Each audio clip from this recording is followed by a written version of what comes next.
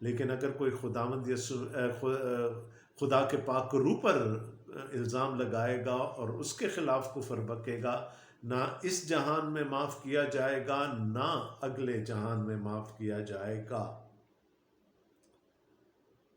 اور ہم نے اس کو ڈیفائن کیا تھا کہ روح کے بارے میں کفر کیا ہے۔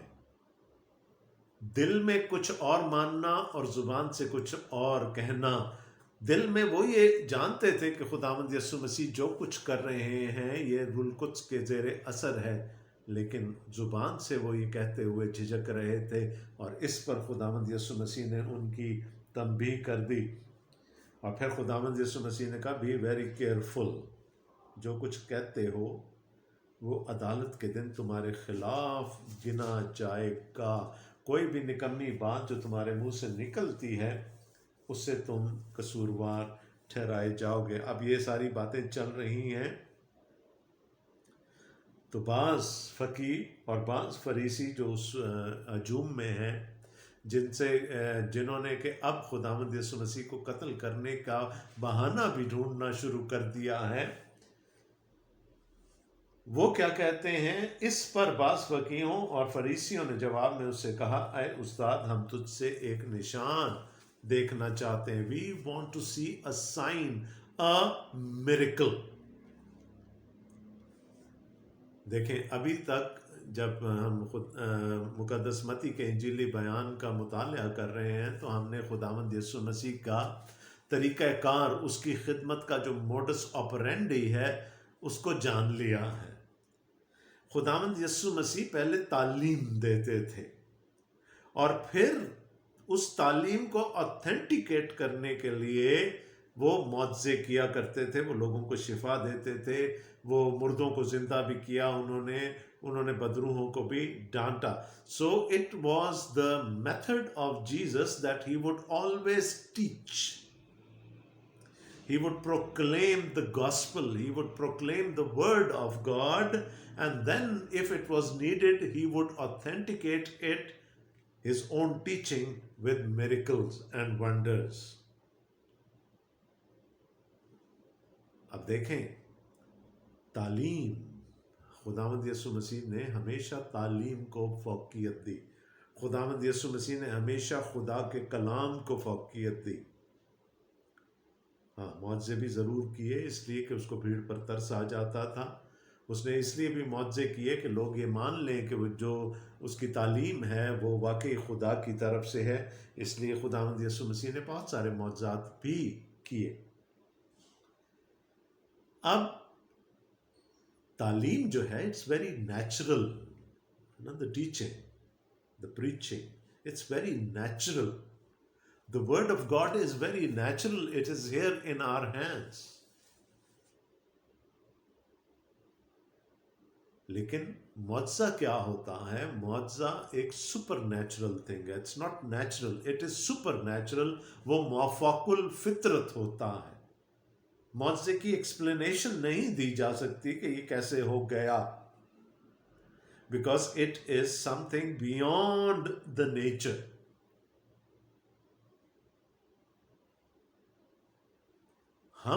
ہمارے لیے ضروری کیا ہے؟ از اٹ دا نیچرل اور دا سپر نیچرل؟ ہمیشہ خدا کا کلام ہے جو ہماری نرشمنٹ کرتا ہے۔ معجزے، the miracles do not nourish us. It is the word of God that nourishes us. ہماری خوراک، روحانی خوراک خدا کا کلام ہے، معجزات نہیں ہیں۔ لیکن چونکہ معجزات جو ہیں وہ اٹریکٹیو ہوتے ہیں، فیسینیٹنگ ہوتے ہیں، ہمیں اپنی طرف متوجہ کر لیتے ہیں، اس لیے ہمارے انسٹنکٹیولی ہماری توجہ معجزات کی طرف زیادہ ہو جاتی ہے۔ اور یاد رکھیے گا کہ معجزات میں شیطان ہمیں الجھا سکتا ہے۔ خدا کا کلام ایسی چیز ہے، داؤد نے کہا تھا میں نے تیرے کلام کو اپنے دل میں رکھ لیا تاکہ تیرے خلاف گناہ نہ کروں۔ اگر خدا کا کلام ہمارے پاس ہے تو شیطان ہمیں دھوکہ نہیں دے سکتا۔ لیکن معجزات میں ہم دھوکہ کھا سکتے ہیں، کیونکہ ابلیس بھی معجزے کر سکتا ہے۔